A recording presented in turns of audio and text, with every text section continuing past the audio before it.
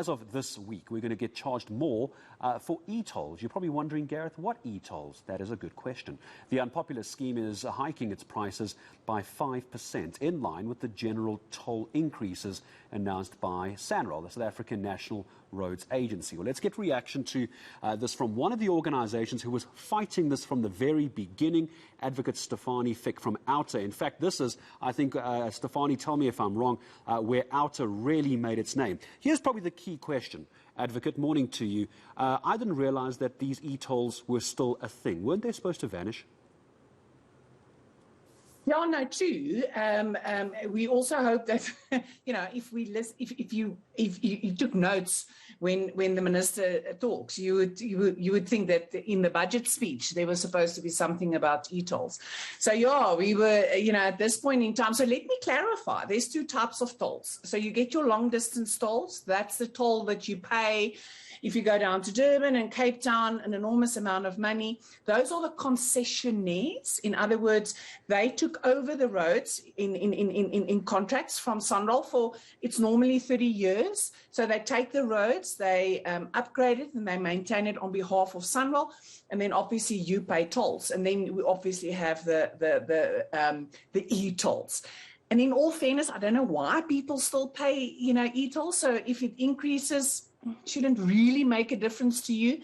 But yes, we are concerned about the concessionaires, and that's why we lodged buyers. In other words, we requested certain information from SANRAL, because what we are worried about is that we pay way more in tolls that is reasonably expected for the upgrade and the maintenance of these roads. And that, is SANRAL getting the amount of money that they should?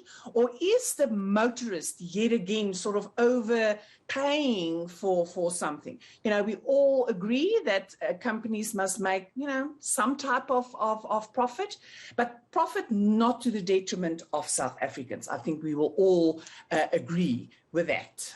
We will indeed. So, Advocate, how do you see this now playing out as far as this fight against e-tolls is concerned? Because I think for a number of years now, South Africans, or Gautengers rather, have either, as you say, been abiding by the law and paying for the e-tolls, or they haven't. But now, because there's a price increase, it's going to bring back that question of why are they there in the first place? How do you see this fight against e-tolls playing out again now that it's back in the spotlight?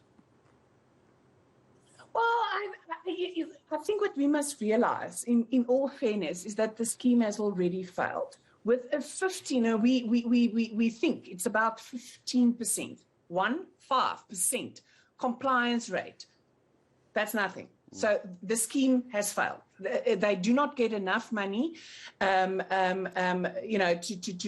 sort of make this a success. I think right in the beginning, they thought they were going to get 95%. It never reached that, never, ever, ever. And now we are way down to 15%. So what I actually wanted to say is that, the businesses, the individuals that are still paying, if you are still part of that 15%, just know that, there are increases.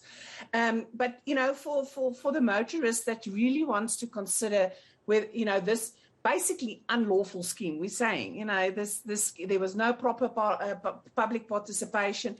And I like to repeat this each and every time. We must remember that the GFIP, where e-tolls is being paid, is but 1% of SANRAL's total road service, so is a road surface. In other words, SANRAL manages a large number of roads. Now, the GFIP is only 1%, and they thought they're going to get 34% of their revenue from 1% of their road surface. That should tell you something. So good luck to the people that is still paying. I think you should seriously consider not doing that, because this scheme has failed.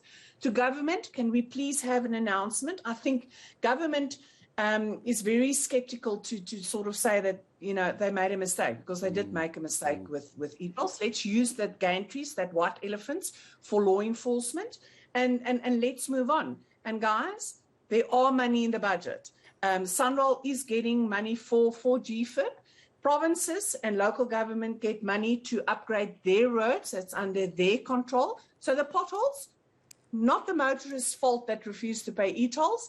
it is most probably your local government, if not, then your provincial government that must make sure that your roads are in the condition that you deserve. Yeah, rather use the gantries, advocate, as you say, for something that actually benefits motorists of Gauteng. As always, I appreciate your time speaking to us. From Outa, Outa's legal officer advocate, Stefanie Fick, joining us this morning here on ENCA.